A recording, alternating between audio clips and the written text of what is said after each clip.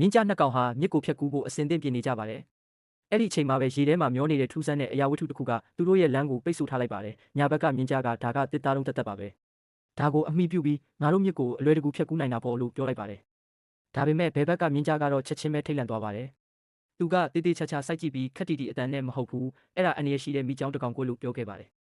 ညာဘက်ကမြင်းကြားကသူ့စကားကိုရေမောလိုက်ပြီးရှေ့ကိုတိုးလို့ထိုအရာဝတ္ထုကိုတော်တော်ကြာကြာအကဲခတ်နေခဲ့ပေမဲ့သူ့မျက်စိထဲမှာတော့တစ်သားလုံးတစ်ခုထက်ဘာမှပိုမထင်ခဲ့ပါဘူး။ဒါနဲ့သူတို့နှစ်ကောင်ကြားမှာအငင်းပွားမှုဖြစ်ပွားခဲ့ပါတယ်။ဘယ်ဘက်ကမြင်းကြားဟာသူ့အမြင်မှန်ကန်ကြောင်းတက်တည်ပြဖို့အတွက်ထိုအရာဝတ္ထုပေါ်ကိုရုတ်တရက်ခုန်တက်လိုက်ပါတယ်။အဲ့ဒီအချိန်မှာပဲတစ်သားလုံးကပြင်းပြင်းထန်ထန်တုန်ခါသွားခဲ့ပါတယ်။အဲ့ဒါကတကယ်ပဲမိချောင်းတစ်ကောင်ဖြစ်နေခဲ့တာပါ။မြင်းကြားလည်းအလန့်တကြားနဲ့ထွက်ပြေးဖို့ကြိုးစားခဲ့ပေမဲ့နောက်ကျသွားခဲ့ပါပြီ။မိချောင်းကသူ့ကိုရေထဲဆွဲချသွားခဲ့ပါတယ်။ဒါကိုမြင်လိုက်ရတဲ့ညာဘက်ကမြင်းကြားဟာကြောက်လန့်တကြားနဲ့တုန်လှုပ်သွားခဲ့ပါတယ်။အဲ့ဒီအချိန်မှာပဲမြင်းကြားပေါက်လေးတစ်ကောင်ကထိုနေရာကိုချင်းကပ်လာခဲ့ပါတယ်။ဒီတစ်ချိန်မှာတော့သူကချက်ချင်းပဲသတိပေးလိုက်ပါတော့တယ်အနာမသွားနဲ့။အဲ့ဒါတစ်သားလုံးမဟုတ်ဘူး။မိချောင်းကြီးကွ